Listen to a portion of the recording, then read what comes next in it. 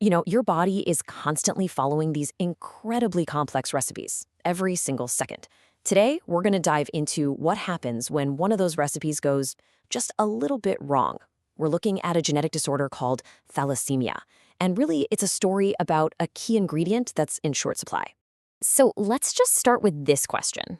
Imagine your body is trying to make something absolutely essential, say the protein that carries oxygen all through your blood. But what if it keeps running out of one of the main ingredients? Well, that's exactly the problem we're talking about with thalassemia. All right, let's get right into it. The whole issue with thalassemia, when you boil it all down, is a problem with production. It's a numbers game. It's not that the body is making the wrong thing, it's that it just isn't making enough of the right thing. And here it is, the core definition. Thalassemia is a genetic disorder where the body's production of these things called globin chains, the basic building blocks of hemoglobin, is turned way down. Think of it like a factory with a slowdown on one specific assembly line. And because it's genetic, that slowdown is literally written into the body's blueprints. So, to really get a handle on this, we've got to understand the recipe for perfect, healthy hemoglobin. Hemoglobin is this incredible molecule in our red blood cells, and its whole job is to be the oxygen delivery service for our entire body. And just like any great recipe, it needs the right ingredients in exactly the right amounts. The main ingredients for our hemoglobin recipe, they're these protein building blocks called globin chains. They are the absolute foundation. Everything is built from these little guys. Okay, check this out. The recipe is actually pretty simple.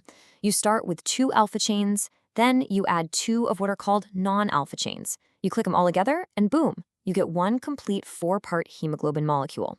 This 4-chain structure is perfectly built to grab onto oxygen and carry it where it needs to go. It's all about that perfect balance. Now, here's a super important detail for what's coming up next. While there are a few different kinds of those non-alpha chains, after we're born, the main one our body uses is the beta chain.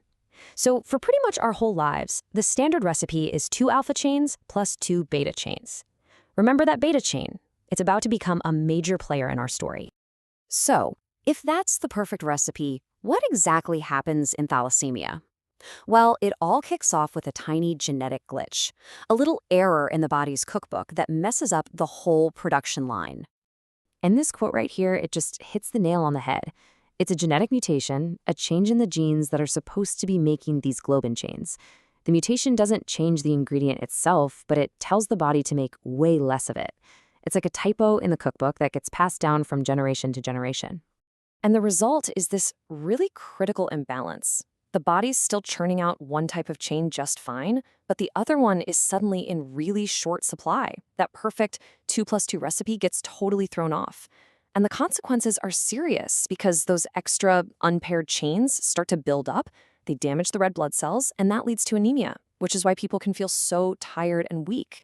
Now, what's so interesting is that this one single problem, not producing enough of one chain, actually leads to 2 main types of thalassemia.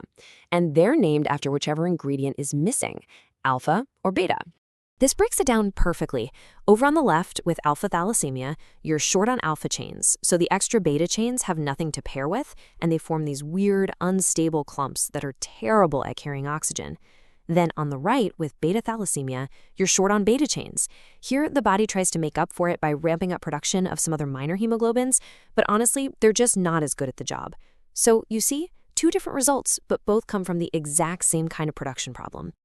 Okay, so we've talked about the recipe, the genetic glitch that messes it up, and the different results. Let's wrap this up and distill it all down to the absolute key points you need to remember. First thing, thalassemia is genetic, and it's all about hemoglobin. Second, and this is the big one, you guys, the problem is quantity, not quality. It's a decrease in production. This is totally different from something like sickle cell, where the hemoglobin has the wrong shape. Here, the parts are fine, there just aren't enough of them. And finally, whether you call it alpha or beta thalassemia just depends on which chain the body is running low on. Simple as that. So we've just walked through the blueprint for thalassemia, a production problem that starts with a tiny genetic glitch.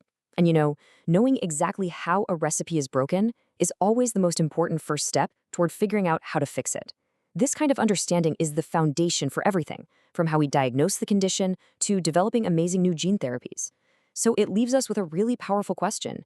As we get better and better at reading our own genetic code, How will we start to rewrite these faulty recipes? And maybe, just maybe, cure diseases like thalassemia for good?